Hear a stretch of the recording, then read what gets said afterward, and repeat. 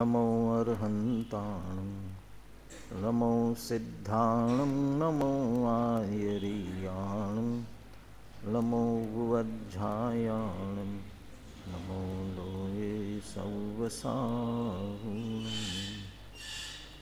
मङ्गलं भगवान् वीरो मङ्गलं गौतमो गणी मङ्गलं कुन्दकुन्दार्यो जैनधर्मोऽस्तु मङ्गलम्। सर्वमङ्गलमाङ्गल्यं सर्वकल्याणकारकं प्रधानं सर्वधर्माणां जैनं जयतु शासनं। वन्दितु सौवसिद्धे ध्रुवमचलमनोवमं गदिं पत्ते वोच्छामि समयपाहुर् निनमो सुदकेवली भणिदम्। नमः समय साराय स्वानुभूत्या चकासते चित्स्वभावाय भावाय सर्वभावान्तरच्छिदे।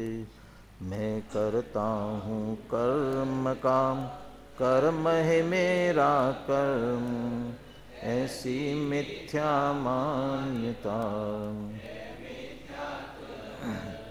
निज आत्म तल्लीनता सुखमय आत्म धर्म जिन जिनवर देव ने यह समझाया।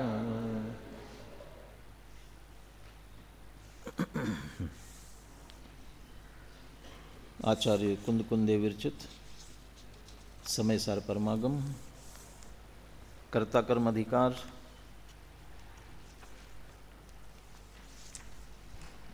कर्तृत्व का मूल अज्ञान है।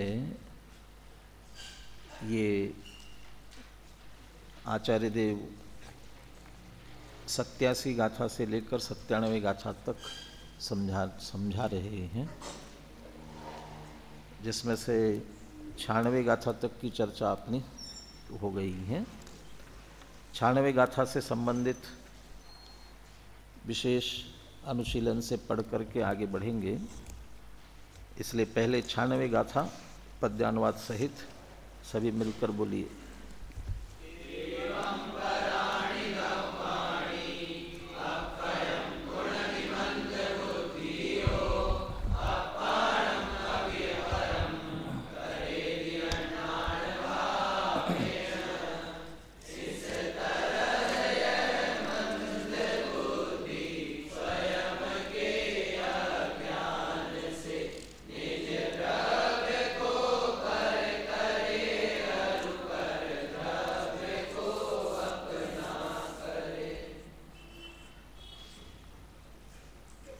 कल किसको पूछा था, उत्तर नहीं दिया था?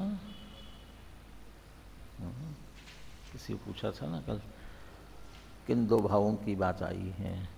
आज फिर से आपसे ही पूछ रहा हूँ, उन दो भावों को समझाने के लिए क्या दृष्टांत दिया, किस दृष्टांत से क्या समझाया गया?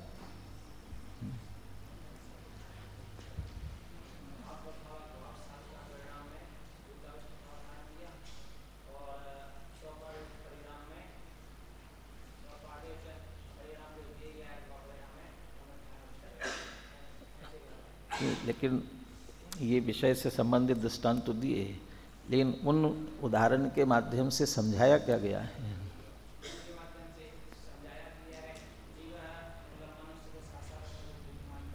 नहीं, ऐसा नहीं। कल मैंने चर्चा प्रारंभ करने से पहले अनुशीलन का एक पैराग्राफ पढ़ा था और किस दृष्टांत के माध्यम से क्या समझाया है ये स्पष्ट किया था। कौन सा दृष्टांत किस बात को स्पष्ट करने के लिए दिया गया है? उदाहरण को सिद्धांत पर विस्तार से घटित करने के लिए प्रश्न नहीं है, उस उदाहरण के माध्यम से क्या समझाया। और ये बात सर्वत्र ध्यान रखनी है। भेद विज्ञान के क्षेत्र, जहाँ भेद विज्ञान की चर्चा आएगी, सर्वत्र वो बात ध्यान में रखनी है। प्रश्न किसको ख्याल में आया? बोलो प्रशांत, पारस, बोलो।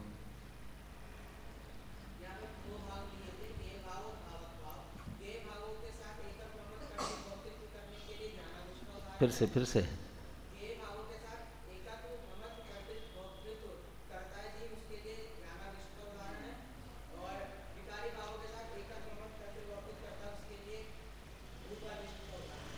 अच्छा, मैंने ये प्रेरणा देना चाहते हैं कि करो, हाँ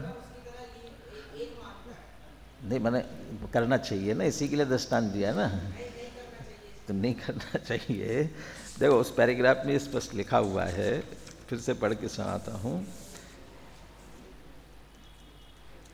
अच्छा इसमें तो ऐसे ही लिया, अरे उसको दूर करने के लिए कहना चाहिए, इसमें भी ऐसे लेके बैठे, अरे जो करता है उसको समझाने के लिए, जो एकत्व मत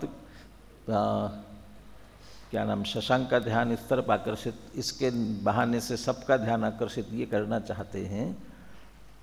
अधिकार कर्ता कर्म का है। गाथा में शब्द का प्रयोग किया, को हो हम, अहम को हो, मैं क्रोध हूँ, है कर्ता कर्म। तो उसमें से समझ लीजिए निकाला कि कर्ता कर्म की भूल भी निकाली जा रही हो तो उसमें एकत्व ममत्व भी समझ लेना, एकत्व ममत्व की भूल निकाली जा रही हो तो कर्तृत्व भोक्तृत्व भी समझ लेना। प्रकरण के अनुसार मुख्यता से बात चलती है। तो इसमें भूताविष्ट से भावक भावों से एकत्व ममत्व कर्तृत्व भोक्तृत्व छुड़ाना चाहते हैं, भूताविष्ट का उदाहरण दे करके, और ध्यानाविष्ट का उदाहरण दे करके ज्ञेय भावों से, पहले तो हम ऐसा कह सकते हैं ज्ञेय भावों से भेद विज्ञान के लिए ध्यानाविष्ट का उदाहरण दिया। अब भेद विज्ञान माने क्या कि एकत्व ममत्व कर्तृत्व भोक्तृत्व भाव छुड़ाना चाहते हैं, इसके लिए दिया। इसके अनुशीलन में किस तरह से दोनों भावों से ये पागलपन हमारे ऊपर सवार है, ये भूत लगा हुआ है, इसको अच्छे शब्दों में स्पष्ट किया है, इसे जरूर पढ़ना चाहिए। मैं गुरुदेव का उद्धरण पढ़ रहा हूँ और उसके बाद इसी आगे क्रम में जैसे आचार्य का उद्धरण और पढ़ेंगे। एक प्रश्न और था, अभी नहीं पूछ रहा हूँ। ज्ञेय भावों में एकत्व बुद्धि करता है, उसके लिए 3 हेतु दिए थे, पूछ ही लेता हूँ, पूछ लिया है तो कौन से 3 हेतु दिए ज्ञेय भावों में एकत्व के लिए? 3 ही हाथ खड़े हो रहे हैं। वैसे 3 होना बहुवचन हो जाता है तो हमारा काम तो हो गया, बहुत विद्यार्थियों ने समझ लिया। तो क्या जितेंद्र?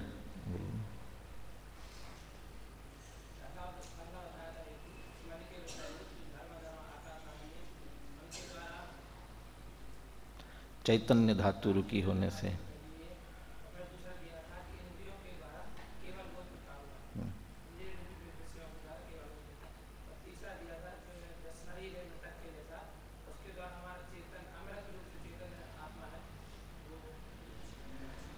दो शब्द उसमें, और इधर भी एक शब्द, मृतक कलेवर में मूर्छित होने से अमृत स्वरूप विज्ञान घन स्वभावी आत्मा क्या तिरोहित हो गया है, तिरोहित हो गया, ढक गया, मूर्छित हुआ उसमें, मृतक शरीर के द्वारा परम अमृत रूप विज्ञान घन मूर्छित हुआ होने से ऐसा आत्मा उसमें मूर्छित हो रहा है।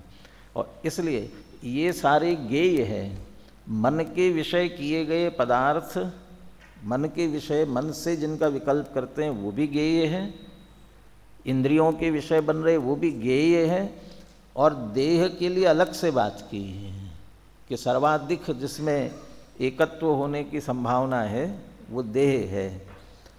इसमें थोड़ी सी भावक भाव और ज्ञेय भावों में मैं थोड़ा सा विश्लेषण करते समय ध्यान दिया हो, द्रव्य कर्म, भाव कर्म, नो कर्म, इन तीनों में से भावक भाव कौन से और ज्ञेय भाव कौन से? भावक भाव कौन से, ज्ञेय भाव कौन से?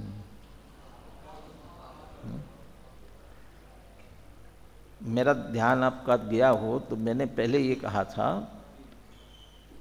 नो कर्म, भाव कर्म तो भावक भाव है ही, क्योंकि वो द्रव्य कर्म, द्रव्य कर्म और नो कर्म भी, द्रव्य कर्म नो कर्म, भाव कर्म तो भावक भाव ही, उससे होने वाले भाव है वे, लेकिन कराता कौन है कि द्रव्य कर्म का उदय और नो कर्म का लक्ष्य, नो कर्म का लक्ष्य करने से हो रहे हैं और द्रव्य कर्म का उदय आ रहे हैं, इसलिए दोनों भावक हैं।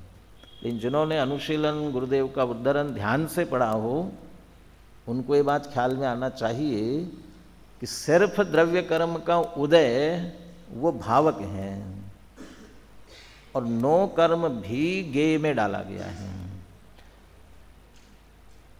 गेय में डाला तो गेय में द्रव्य कर्म कहाँ आया, उसमें नो कर्म कहाँ आया कि पुद्गल में आया। जो पुद्गल है उसमें वो नो कर्म, जीवांतर भी ले सकते हो, स्त्री पुत्र कुटुंब परिवार आदि जो अपने अन्य जीव है उनके निमित्त से भी होता है तो वो अन्य जीवांतर, लेकिन वे सभी गेय में ही डाले गए हैं। क्यों गेय में डाले? देह जिसके कारण से सबसे ज़्यादा मोह राग द्वेष की उत्पत्ति हो रही हमारी, सबसे ज़्यादा देह के लिए तो सब कुछ कर रहा है, फिर भी वो भावक नहीं है, फिर भी भावक नहीं, फिर भी गेय है। वो देह टोडरमल जी ने राग द्वेष के विधान और विस्तार की बात लिखी। इस जीव के राग द्वेष क्यों होते हैं और बढ़ते विस्तार को कैसे प्राप्त होते हैं, उसमें कारण दिया देह में एकत्व बुद्धि। शब्द अलग हो सकते हैं, प्राप्त पर्याय में तन्मय होता है ऐसा शब्द होगा, लेकिन वो देह से जुड़ा हुआ, देह को जो अनुकूल लगते हैं उसमें राग करेगा, देह को जो प्रतिकूल लगते हैं उसमें द्वेष करेगा, तो राग द्वेष की उत्पत्ति हो गई। और फिर उसके देह के अनुकूल उसमें भी राग करेगा, देह के प्रतिकूल उनमें क्या करेगा, उनमें राग करेगा, देह के अनुकूल के प्रतिकूल उनमें द्वेष करेगा, और देह के प्रतिकूल के अनुकूल उनमें भी द्वेष करेगा। वो ऐसा बढ़ता जाता है, वो पूरा विस्तार से वर्णन किया। परंतु देह के कारण से नहीं, देह में एकत्व बुद्धि के कारण से प्राप्त पर्याय में तन्मय होता है। प्राप्त पर्याय नहीं कराती, उस पर्याय में तन्मय हो रहा है, इस कारण से हो रहे हैं। यदि एकत्व बुद्धि छूट जाएगी वो देह कराने में समर्थ नहीं होगी। ऐसे ही वो भाव कराता नहीं है देह, ऐसे सभी नो कर्म, उसमें मोह है उसके साथ में, वो भाव कराता है। मोह छूट जाए और देह रह जाए तो भी, मोह छूट जाता है, देह रहती है, देह रहते हुए सम्यक दर्शन से लेकर केवल ज्ञान तक प्रकट हो जाता है, बिल्कुल बाधक नहीं बनता, वो कराता ही नहीं कुछ भी, वो गेय बनता है। इस वजह से सिर्फ गेय है, लेकिन मोह के उदय का अंश भी बाकी रहेगा। 9वां गुणस्थान, 10वां गुणस्थान, 10वें गुणस्थान का नाम सूक्ष्म सांप्राय, तो वो वहाँ तक भी केवल ज्ञान की प्राप्ति नहीं होती है। तो वो सूक्ष्म सांप्राय, सूक्ष्म से सूक्ष्म हो गया हो मोह, देह बनी रह सकती है, मोह रहे तो नहीं चलता है, इसलिए वो भावक है और वो सिर्फ गेय है। देह सिर्फ गेय है। जब देह ही गेय है और देह से बाहर के पदार्थ वे तो सहज गेय के रूप में ही आते हैं, इसलिए उन सबको गेय भावों में लेना है। और इसलिए गेय भावों में अभी हेतु देते हुए मन के विषय रूप जो अन्य पदार्थ, इसमें पिछली गाथा की टीका में भी जब गेय भावों की बात की धम्मादि, तो उस समय धर्म अधर्म आकाश काल पुद्गल और जीवांतर कहा। अमृतचंद्र आचार्य को लगा होगा कि इस गेय समझ करके सिर्फ इन्हीं पर ध्यान जाएगा, धर्म आदि पर, स्पष्ट रूप से जो अन्य पदार्थ है। इसलिए उन्होंने इस टीका में उस गेय भाव में एकत्व के लिए कारण देते हुए, क्यों एकत्व कर रहा है, 3 बातें अलग अलग स्पष्ट कर दी। वे जो धर्मादि है वे मन के विषयभूत हो गए, मन के विषय किए हुए, परंतु जो इंद्रिय के विषयों में उलझ रहा है, ये 2 सबसे ज़्यादा उलझाने वाले हमारे, सबसे ज़्यादा इंद्रियों के विषय और देह। अब वो इंद्रियों के विषय भी देह में शामिल हो जाते हैं। कभी कभी देह से भी ज़्यादा इंद्रियों की विषयों की चिंता चिंतन चलता रहता है। भोगों को अमृत फल जाना, विषयों में निस्दिन मस्त रहा, उनके संग्रह में हे प्रभुवर मैं व्यस्त त्रस्त अभ्यस्त रहा। वो जो विषयों की भोग सामग्री जुटाने में लगा रहता है ना, और जब विषयों की भोग सामग्री जुटाने में लगा रहता है, अर्थ विषयों की भोग सामग्री चूंकि धन से आती है इसलिए धन कमाने में लगा रहता है, और धन कमाने के लिए तन की परवाह नहीं करता। धन कमाने के लिए तन की परवाह नहीं करता है, तो कहाँ तन की तरफ ध्यान दे रहा है? अभी तो ज़्यादा से ज़्यादा पैसा कमा लेना है, कुछ भी हो जाए, कितना भी। वो आजकल एक वाक्य चल रहा है बहुत कि धन, अभी क्या किया, धन कमाने में तन लगा दिया और तन लगा करके खूब धन कमा लिया। अब कमाया हुआ धन किस में लगा रहे हैं? तन को संभालने में लगा रहे। जितना भी कमाया था ना, अब बुढ़ापा आया, तकलीफ दे रहा है देह, अब वो सारा धन किस में लग जाता है? देह की संभाल में लग जाता है।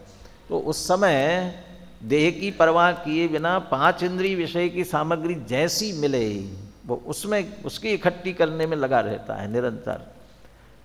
परंतु वो 5 इंद्रिय विषय सामग्री भी है तो देह के लिए, इसलिए इंद्रियों के विषयों में, इंद्रियों के विषयभूत रूपी पदार्थों के द्वारा,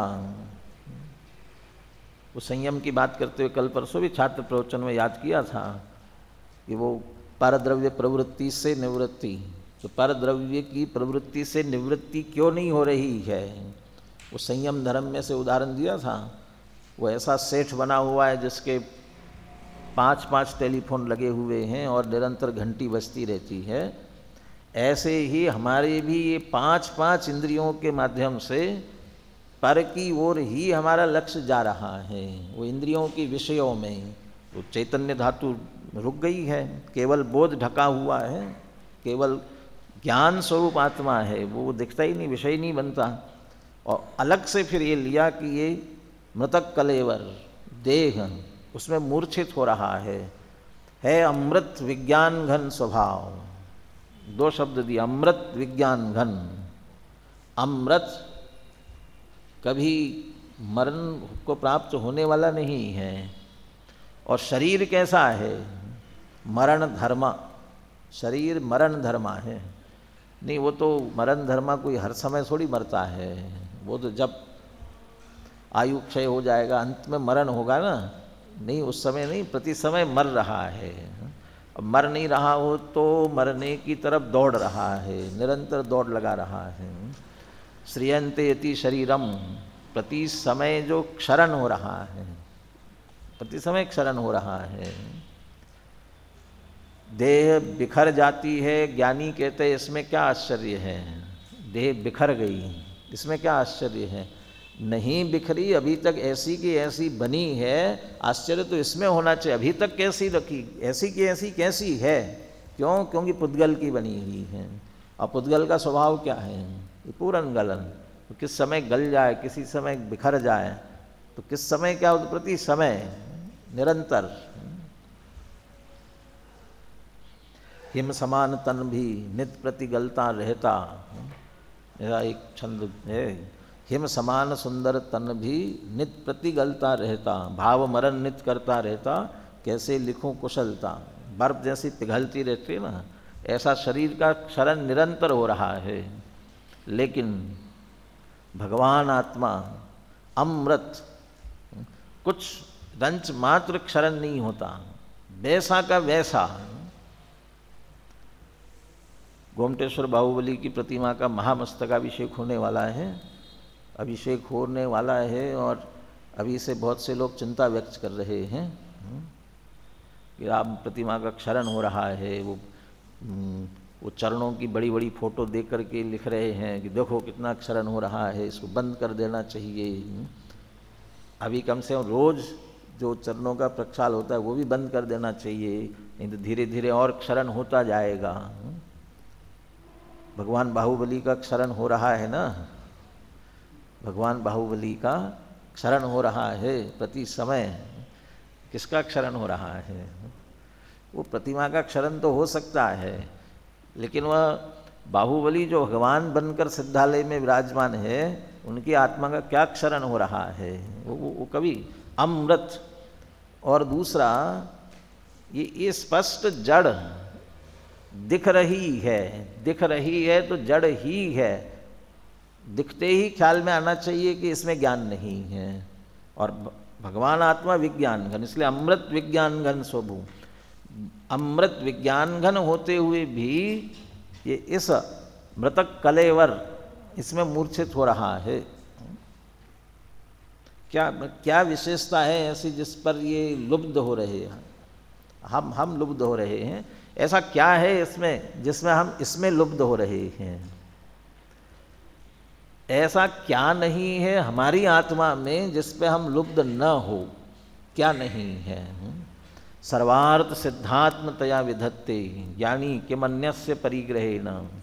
निर्जरा अधिकार की वो सबका अशन का परिग्रह नहीं है, पान का परिग्रह नहीं है, सारे परिग्रहों से निषेध करते हुए वो तो सिर्फ जानक ज्ञायक स्वभाव, उन सबको जानने वाला है। उसके आसपास का कलश है 144वां। ज्ञानी किमन्यस्य परिग्रहेण। ज्ञानी कहते हैं मुझे अन्य परिग्रहों से क्या लेना देना, कि सर्वार्थ सिद्धात्मतया विदत्ते। आत्मा बैठा है ना, सारे प्रयोजन सिद्ध करने वाला आत्मा, क्यों लुब्ध नहीं होते उस आत्मा में? क्यों लुब्ध नहीं होते? वो मोह है ना, वो उल्टा कराता है। जो हानिकारक है, अहितकारक है, वह अच्छा लगने लगे तो समझ लेना मोह का तीव्र उदय है। जो अहितकारी है वो अच्छा लगने लगे, उपादेय लगने लगे, सुख लगने लगे उसमें, तो समझ लेना निश्चित रूप से अरे मोह का उदय नहीं, पाप का उदय भी है। देह को जो भी नुकसान करने वाले हैं ऐसे पदार्थ, तले गले पदार्थ खाने से यदि नुकसान होता है वही अच्छे लगते हैं, उसके बिना चलता ही नहीं है, मज़ा आता है, तो समझ लेना तीव्र पाप का उदय आने वाला है जल्दी। जो भी, और जो रूखा सूखा घास फूस जिसे कहते हैं वो बुरा लगता है, वो भी अच्छा लगने लग जाए तो समझ लो देह भी स्वस्थ रहने वाली है, देह भी स्वस्थ होने वाली, पुण्य का उदय आने वाला है। वो अच्छा लगने लगे तो पुण्य का उदय आने वाला है।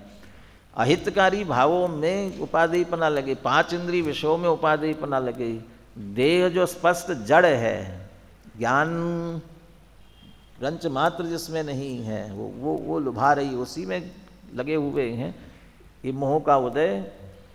और इसमें अमृत रूप विज्ञान घन स्वभावी आत्मा ये मैं हूँ, ऐसा विचार किसे आएगा? भली होनहार है, इसलिए जिसे ऐसा विचार आता है कि मैं कौन हूँ, मेरा स्वरूप क्या है, ये सोचने का विचार आता है, इस तरफ विचार चला जाता है, भली होनहार है। यदि विचार नहीं आ रहा है तो समझ लेना चाहिए होनहार भली नहीं है निश्चित रूप से। तो आप क्यों नहीं आते विचार? ये इनसे रुक गया ना सारा का सारा। इंद्रियों से निरंतर पर पदार्थ उन्हीं को विषय बना रहे हैं, इंद्रियों के समूह रूप देह को ही विषय बना रहे हैं, और कदाचित मन का चिंतन चलता है तब भी पर पदार्थों का विचार चलता है। वो आत्मा एक तरफ रह जाता है क्या, बल्कि उपलक्ष्य तो हो, कम से कम लक्ष्य नहीं हो तो उपलक्ष्य तो हो सबका। देव पूजा, गुरुपास्ति, स्वाध्याय, संयम, तप, दान, ये लक्ष्य है कि उपलक्ष्य है? लक्ष्य की उपलक्ष्य, ये लक्ष्य है हमारा। लक्ष्य क्या है? देव पूजा, गुरुपास्ति इत्यादि, इन सब के माध्यम से आत्मा को लक्ष्य बनाना है। आत्मा लक्ष्य बनना चाहिए, लेकिन कदाचित नहीं। अभी हमारा स्वाध्याय करना लक्ष्य है, शास्त्र अच्छी तरह से हमें समझना है, पूजा करना लक्ष्य है, कोई बात नहीं है, पूजन ही लक्ष्य हो, स्वाध्याय ही लक्ष्य हो, और जो उपवास जो कुछ भी क्रियाकांड करते वही लक्ष्य हो, लेकिन उसके साथ साथ एक उपलक्ष्य तो हो। ऐसा जो हम कर रहे हैं ये लक्ष्य यदि है तो इसका उपलक्ष्य क्या है, क्यों कर रहे हो ऐसा, इसके पीछे उपलक्ष्य क्या करना चाहते हो। तो कम से कम उपलक्ष्य में तो आत्मा होवे, लेकिन लक्ष्य तो है ही नहीं, उपलक्ष्य में भी नहीं है। दादा कभी कभी ये कहते हैं कि यहाँ बहुत सारे संगठन और यहाँ के संगठन हमें जुड़ने के लिए बुलाते, अभी भी वैसे जो भी बनते हैं उसमें टोडरमल स्मारक का प्रतिनिधित्व रखने का प्रयास तो करते ही करते हैं, फिर भी वो पहले करे मीटिंग में बुलाते, और वो क्या उद्देश्य है संस्था के, क्या उद्देश्य, बहुत सारे उद्देश्य होते थे, बहुत सारे। कहले मैं इसमें नहीं जुड़ूंगा। क्यों? यदि इस उद्देश्य में पहले नंबर पर नहीं होना तो पहले नंबर पर चाहिए था, लेकिन पहले नंबर पर नहीं, सबसे आखिरी नंबर पर भी यदि ये लिखा होता कि कहीं ना कहीं किसी न किसी रूप में हम अपना आत्महित करेंगे तो मैं सम्मिलित होता। लेकिन तुम्हारे लास्ट से लास्ट में भी आत्महित कहीं पर भी नहीं है, उद्देश्यों में किसी जगह पर भी नहीं है। उसमें रहने से क्या फायदा है, क्या मतलब है उसमें रहने से।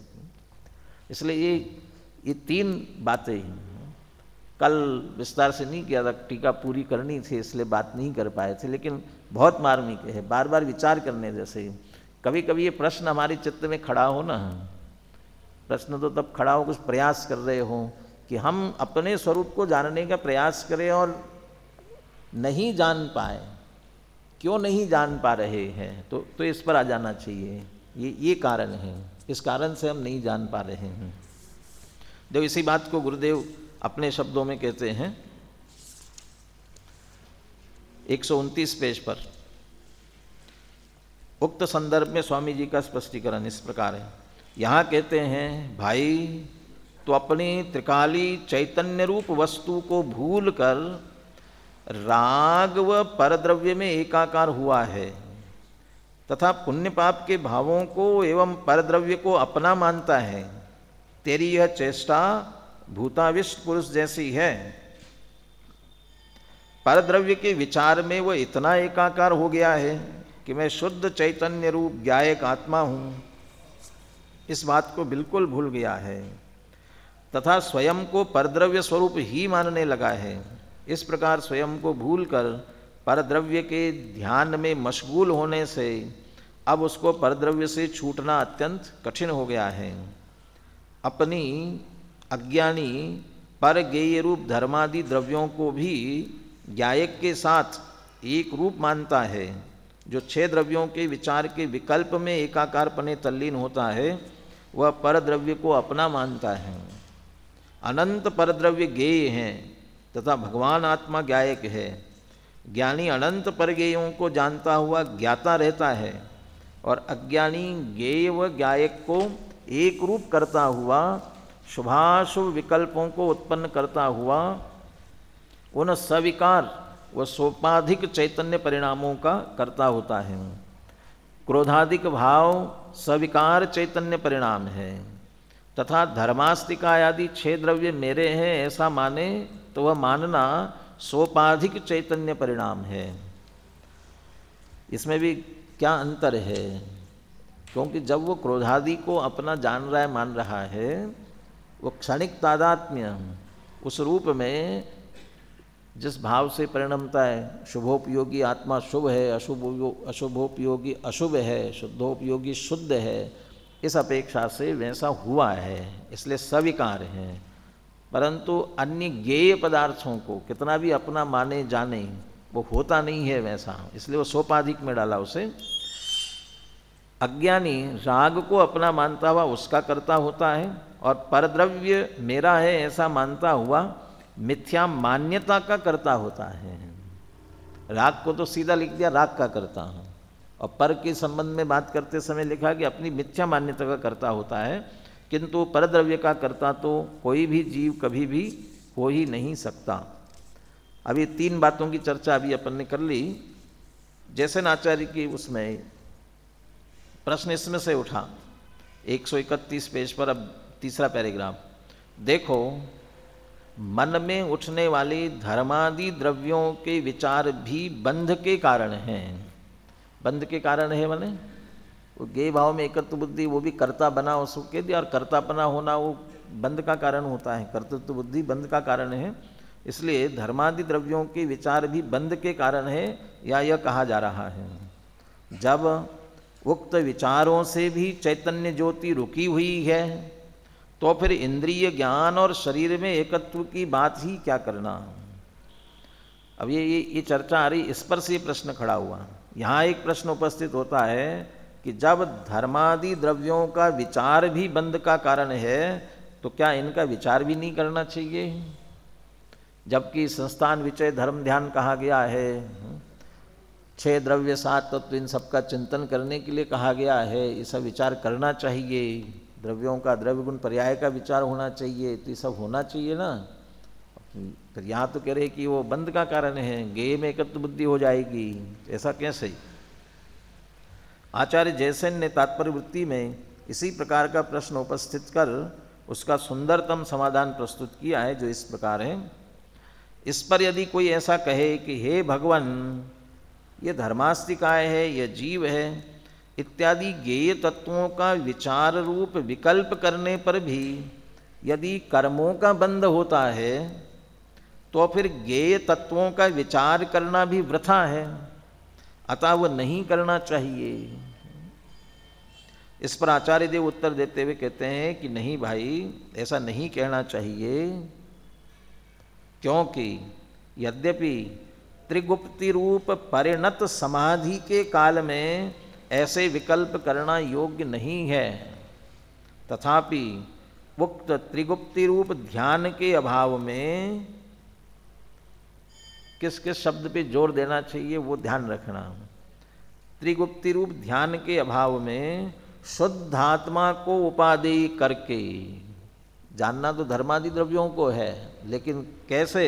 शुद्धात्मा को उपादेय करके, आगम भाषा में मोक्ष को उपादेय करके। ये क्या बात है? ये शुद्धात्मा को उपादेय करना, आगम भाषा में मोक्ष को उपादेय करना, क्या मतलब? अध्यात्म की भाषा और आगम की भाषा अलग अलग क्यों है? आगम से तात्पर्य प्राप्त क्या करना चाहते हैं? हमारा ध्येय तो मुक्ति प्राप्त करना है। वो ध्येय शब्द भी 2 तरह से लेते हैं ना। ध्येय माने हमारा प्राप्तव्य क्या है, हम किसे प्राप्त करना चाहते, जीवन का ध्येय क्या है, और दूसरा ध्यान का विषय क्या है। अध्यात्म ध्यान के विषय की बात करता है ध्येयपने में, और आगम ध्येयपने में मुक्ति की बात करता है, मोक्ष की बात करता है। मुझे क्या प्राप्त करना है? मुक्ति प्राप्त करनी, आगम कहेगा मोक्ष प्राप्त करो, अध्यात्म कहेगा न मोक्षोपि मोक्षोताम, मोक्ष की इच्छा रख करके उसका लक्ष्य करोगे तो नहीं होगा। फिर क्या करेगी? शुद्ध आत्मा को लक्ष्य बनाओ। इसलिए जैसे आचार्य दोनों बातें कहते हैं, अध्यात्म की दृष्टि से शुद्ध आत्मा को उपादेय करके, आगम भाषा में मोक्ष को उपादेय करके। माने ज्ञानी भी इनका विचार कर रहे, चिंतन कर रहे, लेकिन दृष्टिकोण क्या है उनके विचार चिंतन करने का? एक तो श्रद्धान में सबसे पहले क्या आया? मैं शुद्धात्मा हूँ और शुद्धात्मा के लक्ष्य से मुझे मुक्ति प्राप्त करनी है, ये श्रद्धान। और चारित्र की स्थिति क्या बन रही है? मोक्ष को उपादेय करके सराग सम्यक्त्व के काल में विषय कषाय से बचने के लिए धर्मास्तिकाय आदि ज्ञेय तत्वों का विचार भी करना चाहिए। सराग सम्यक्त्व के काल में, तो सराग सम्यक्त्व श्रद्धांत तो दृढ़ हो गया है, मैं शुद्धात्मा ही हूँ, परंतु अभी चारित्र मोह का तीव्र उदय जो पर की तरफ उपयोग ले जाता है, खींचता है, तो होता है पर की तरफ उपयोग जाता है। तो पर की तरफ उपयोग जा रहा है तो वो पर क्या होना चाहिए? वो पर जिसकी तरफ लक्ष्य जा रहा है वो क्या होवे कि स्त्री पुत्र कुटुंब परिवार 5 इंद्रिय के विषय भोग ठाट बाट खाना पीना सब होवे ना, क्या दिक्कत है? पर की ओर जा रहा है तो कोई भी पर होवे नहीं, वो जाएगा उस तरफ, जाएगा निश्चित जाएगा उस तरफ। क्यों जाएगा? क्योंकि अनादि की ना सुध परिचिदानुभूदा वो आदत पड़ी हुई है। आदत इतनी आसानी से छूटती नहीं है, इसलिए निकला बाहर और भागेगा उधर, तो फिर क्या करे उससे, इसके लिए कह रहे हैं सराग सम्यक्तु के काल में विषय कषाय से बचने के लिए हमारा निकला हुआ बाहर उपयोग वो विषय कषाय में न जावे, इसके लिए धर्मास्तिकाय आदि गेय तत्वों का विचार भी करना चाहिए। धर्मास्तिकाय आदि गेय, उसमें वो कर्णान योग का जो दूसरा विषय भूगोल वाला है, वो मेरु इत्यादि की 3 लोक की रचना इत्यादि, इन सब का भी विचार हो सकता है। 8 कर्मों का विचार, ये सब इनमें कर सकते हैं, करना चाहिए कह रहे हैं, क्योंकि उक्त तत्व विचार से मुख्य रूप से तो पुण्यबंध ही होता है, पुण्यबंध का ही कारण है, किंतु परंपरा से निर्वाण भी होता है। उससे कैसे निर्वाण हो जाएगा, क्योंकि उसमें लगा रहेगा तो तीव्र कषाय में नहीं जाएगा, और तीव्र कषाय में नहीं जाने से, मंद कषाय में रहने से पुनः आत्मा में आने में जिस शुद्धात्मा को मुख्य किया था, वो उपादेय माना था, उसमें आने में सहूलियत है, उसमें आ सकता है, उसमें आ सकता है, इसलिए उपचार से उसे निर्वाण का भी कारण कहते हैं। जयपुर में मुंबई का प्लेटफॉर्म है क्या? जयपुर में मुंबई का प्लेटफॉर्म है क्या? नहीं है। अभी जा कर के पूछो, बता देंगे, कुली बता देगा आपको, वैसा मुंबई वाला प्लेटफॉर्म कौन सा है वो बता देगा।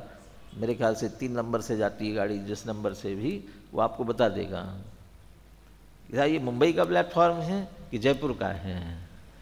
अरे जयपुर का है, जयपुर के स्टेशन पर है, परंतु इस प्लेटफॉर्म पर मुंबई जाने वाली गाड़ी मिलती है, इसलिए इस प्लेटफॉर्म को उपचार से मुंबई का प्लेटफॉर्म कहते हैं, इसलिए मुंबई का प्लेटफॉर्म है।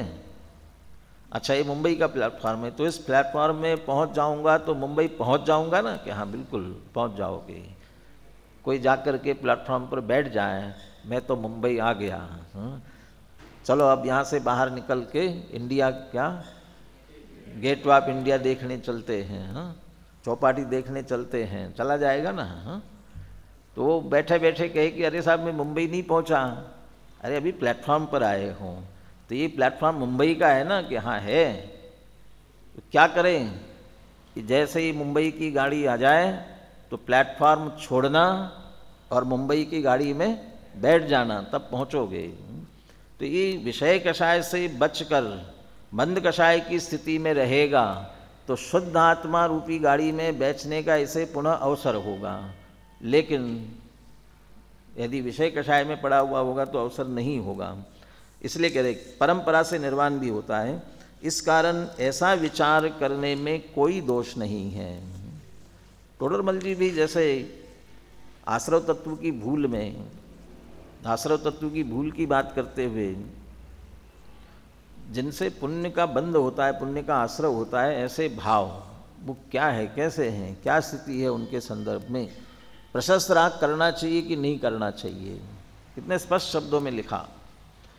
हमें तो वीतराग रूप होकर एक ज्ञाता दृष्टा ही रहना चाहिए, इसे ही उपादेय मानना चाहिए, परंतु जब वीतराग रूप होकर ज्ञाता दृष्टा रूप न रह सके तब प्रशस्त राग रूप आचरण करना, प्रशस्त राग रूप आचरण करना, परंतु फिर से परंतु, लेकिन उसे श्रद्धान में मोक्ष मार्ग मत मान लेना।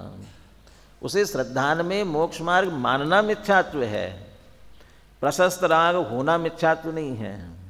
प्रशस्त राग तो मोक्ष मार्गियों के भी होता है। मोक्ष मार्गियों में जो रत्नत्रय के धारी ऐसे मुनिराज, उनके तो प्रशस्त राग ही होता है, प्रशस्त तो होता ही नहीं है, इसलिए वो प्रशस्त राग मिथ्यात्व नहीं है। प्रशस्त राग को ही मोक्ष मार्ग समझ लेना मिथ्यात्व है। तो जब तक वीतराग रूप होकर ज्ञाता दृष्टा न रहा जाए तब तक प्रशस्त राग रूप आचरण करना गुरुदेव की भाषा में नहीं आएगा, करना चाहिए वाली बात नहीं आएगी कि साहब जब तक क्या करना चाहिए, या हमें नहीं हुआ सम्यक, या सम्यक दर्शन के बाद आत्मलीनता नहीं हो रही है, तब तक क्या करना चाहिए, तो ऐसा नहीं कहेंगे देव शास्त्र गुरु की पूजा करना चाहिए, ऐसा नहीं कहेंगे वो।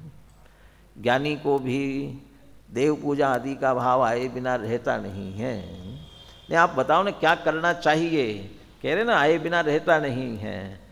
अच्छा तो करना चाहिए, वो करना चाहिए नहीं कहेंगे, तो आप सीधा बोलो ना ये करना चाहिए। अरे हम जैसा ही कहते हैं कि चाहिए वैसे ही तुम उपादेय मान लेते हो, हाँ धर्म हो गया, यही धर्म है ऐसा समझ लेते हो। और ये चूंकि मान्यता बहुत गहराई में बैठी हुई थी, इसलिए वो उस भाषा से बचने का प्रयास करते हैं कि नहीं ये ऐसे ही बोलो, जिससे कम से कम भाव को पकड़ने का प्रयास करें, ये स्थिति है। इस प्रकार ऐसा विचार करने में कोई दोष नहीं है, किंतु यह बात अवश्य है कि उक्त तत्व विचार के काल में भी वीतराग, स्वसंवेदन, ज्ञान परिणत शुद्ध आत्मा ही साक्षात उपाधि करना चाहिए। देखो वो दोनों तरफ से नदी यहाँ वहाँ नहीं भटके, इसलिए दो किनारे जैसे होते हैं ना, वो प्रारंभ यहाँ से किया अध्यात्म भाषा में शुद्ध आत्मा को उपाधि करके, और आगम भाषा में मोक्ष को उपाधि करके फिर इनका विचार करो, विषय कषाय से बचने के लिए इनका विचार करो, करना चाहिए। ये पुण्यबंध का कारण है, फिर भी करना चाहिए। और फिर वापस में आकर के फिर कहते हैं हाँ ये तत्व विचार चल रहा है, इनका चिंतन चल रहा है, तब भी उस समय भी वीतराग, स्वसंवेदन, ज्ञान परिणत शुद्ध आत्मा ही साक्षात उपाधि करना चाहिए, ऐसा समझना चाहिए। कोई जैसे नाचार्य को लेकर के ये कहे देखो जैसे नाचार्य ने कहा परद्रव्य का विचार करो, परद्रव्य का चिंतन करना चाहिए, निर्वाण का कारण है ऐसा भी कह दिया उन्होंने, लेकिन उसके पहले का और बाद का वाक्य भी तो पढ़ो। समस्या यही हो रही है, आधा अधूरा लेकर के और फिर आगे पीछे से प्रकरण के अनुसार जो अर्थ किया, शुभ भाव संवर निर्जरा का कारण है, कहाँ का उद्धरण है, कौन से अनुयोग का है, उस अनुयोग के कौन से ग्रंथ का है, उसके आगे पीछे क्या प्रकरण चल रहा है, प्रथमानुयोग का है, प्रथमानुयोग की शैली वैसी है, चरणानुयोग का है, कदाचित चरणानुयोग की शैली भी हो सकती, कदाचित कर्णानुयोग की भी हो सकती है, परंतु द्रव्यानुयोग नहीं कहेगा। द्रव्यानुयोग यथावत वस्तु स्वरूप को बताते हुए नहीं कहेगा, तो वो क्रॉस नहीं होता है परस्पर में, ये एक दूसरे से टकराते नहीं हैं, टकराते हैं हमारे अहम, टकराते हमारे मिथ्या अभिप्राय, हम दृष्टिकोण नहीं समझते हैं इसलिए गलत होता है।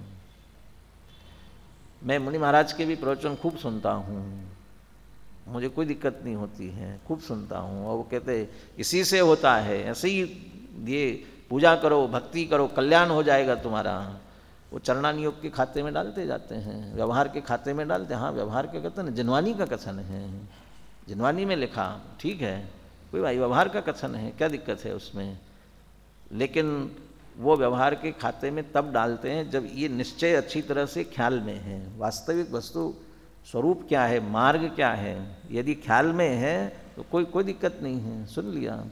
निरा बिना विरोध करो, क्या विरोध करो, जिनवानी का विरोध है, यदि सर्वथा विरोध करते हो तो जिनवानी का विरोध है, क्या विरोध करना है, व्यवहार की मुख्यता से कथन कर रहे हैं कि साहब वो आपका निषेध करते हैं, उनको पूछो निश्चय की बात क्या होती है, समय सार की बात क्या होती है, पूछो कि साहब आप ये निषेध कर रहे हैं तो समय सार का निषेध कर रहे हैं, निश्चय का निषेध कर, नहीं उनका नहीं कर रहे, हम सोनगढ़ वालों का निषेध कर रहे हैं। तो सोनगढ़ वाले निश्चय की बात, जिनवानी की बात करते हैं।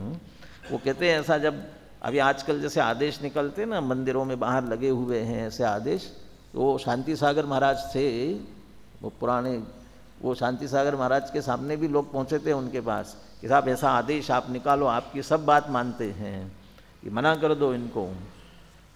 हमने यही कहा था, कहते मेरे सामने समय सार रखोगे तो जो कांजी स्वामी कह रहे वही मुझे कहना पड़ेगा, मैं भी वही कहूँगा।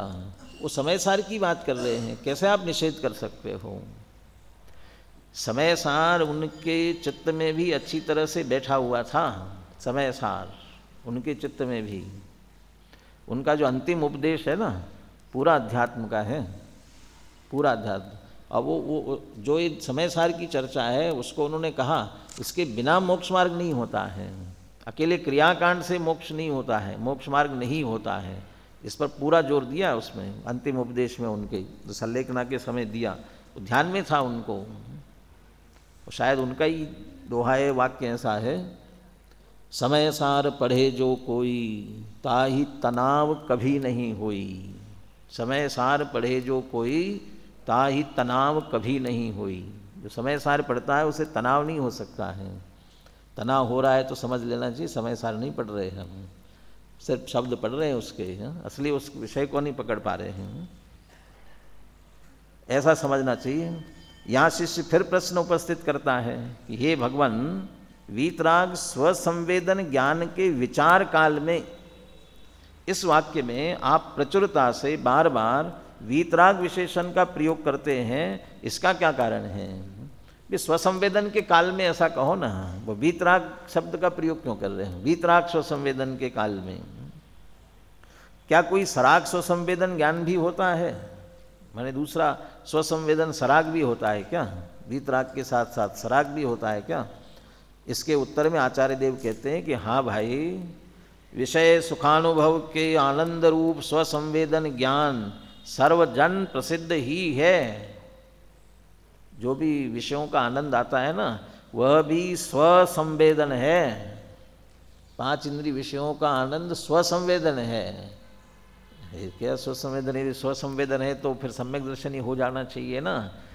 अरे लड्डू खाते हुए मीठा मीठा बढ़िया आनंद आता है, ये स्वसंवेदन है। नहीं, वो तो लड्डू का संवेदन है। हम समझ रहे लड्डू का संवेदन है, लड्डू का संवेदन नहीं हो रहा है। ये लड्डू मीठा है ऐसा जो हमारे ज्ञान में संवेदन आ रहा है, स्व को संवेदन हो रहा है, वो स्व का ही संवेदन कर रहे हम, स्व का ही। लड्डू ही खा रहे, लड्डू ही अपना उस परिणाम को भोग रहे हैं, लड्डू नहीं खा रहे हैं, लड्डू को नहीं भोग रहे हैं। माने उस समय भी ये लड्डू मीठा है ऐसा मुझे संवेदन हुआ। घटमहम आत्मना वेद्मि, वो घट हमें अकेला घट दिखाई देता है, अहम आत्मना वेद्मि ये नहीं दिखाई देता है ना। लड्डू खाया मज़ा आ गया, वो लड्डू दिखाई देता है, लेकिन आत्मा ने ज्ञान से लड्डू को जाना, आत्मा ने जाना है ज्ञान से और जाना है, और जाना है तब आनंद आ रहा है। लड्डू वहाँ रखा हुआ तो आनंद नहीं आएगा। वैसे इस बात का तो आनंद आता है पहले से ही, बढ़िया, हाँ लड्डू खाने को मिलेंगे, मज़ा आएगा, वो इतना वो सोच के तो करता है, लेकिन आनंद तो तब आएगा ना जब मुंह में रखेगा। अरे मुंह में रखने पर भी उपयोग कहीं और होगा।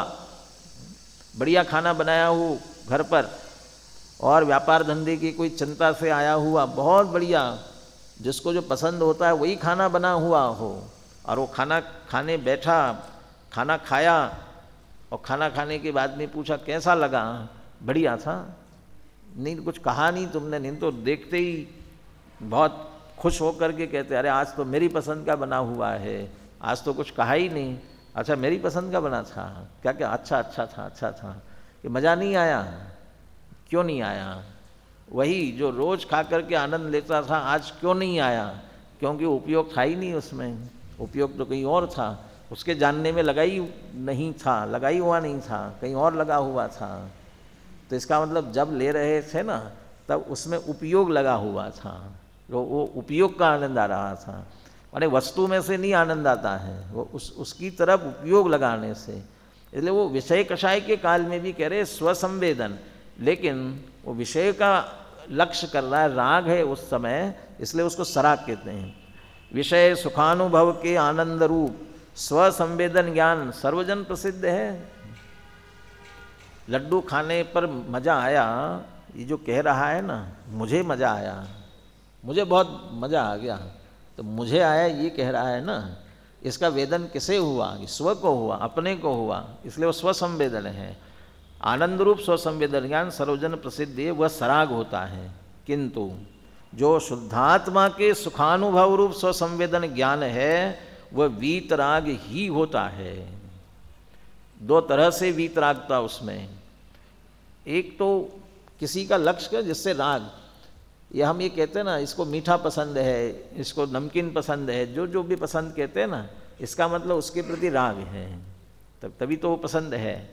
तो वो जो वहाँ लौकिक में विशेष सुख का आनंद आता है वो उस प्रकार के राग के कारण से आता है। तो उस पदार्थ के प्रति राग, और जब उसका आश्रय लक्ष्य करता है तो राग होता है। यहाँ जिस शुद्धात्मा का लक्ष्य करना है वो शुद्धात्मा के प्रति राग नहीं होता।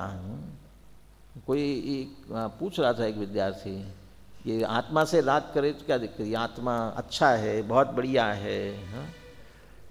वो जब तक विकल्पात्मक रहता है ना, विकल्पात्मक सोच में रहता है, तब तक वो रागात्मक ही कहलाता है। जिनवानी से पढ़कर एक शुद्धात्मा ही लक्ष्य करने योग्य है, आनंद स्वरूप है, इसका ही आश्रय करना चाहिए, ऐसा हमारे विकल्पात्मक ज्ञान में जब तक चिंतन चलता है तब तक वो राग ही कहलाता है, और उस राग से पुण्यबंध होता है। परंतु वो वैसा राग नहीं है, 5 इंद्रियों विषयों जैसा, माता पिता स्त्री पुत्र कुटुंब परिवार जैसा वैसा राग नहीं है। वे राग है, राग के कारण है। शुद्ध आत्मा स्वभाव से स्वयं वीतराग है, इसलिए उसका लक्ष्य करने पर राग नहीं होगा, और दूसरा उसका लक्ष्य करना वीतराग है, वो स्वयं ही उसका लक्ष्य करने से वीतरागता आती है। इसलिए शुद्ध आत्मा के सुखानुभव रूप स्वसंवेदन ज्ञान वह वीतराग ही होता है।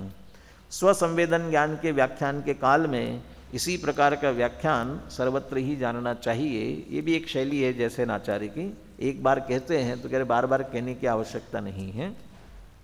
उक्त विशेषण में, उक्त कथन में विशेष ध्यान देने योग्य बात यह है, यहाँ लौकिक सुख के संवेदन को सराग स्वसंवेदन और अतीन्द्रिय आत्मिक आनंद के संवेदन को वीतराग स्वसंवेदन कहा गया है।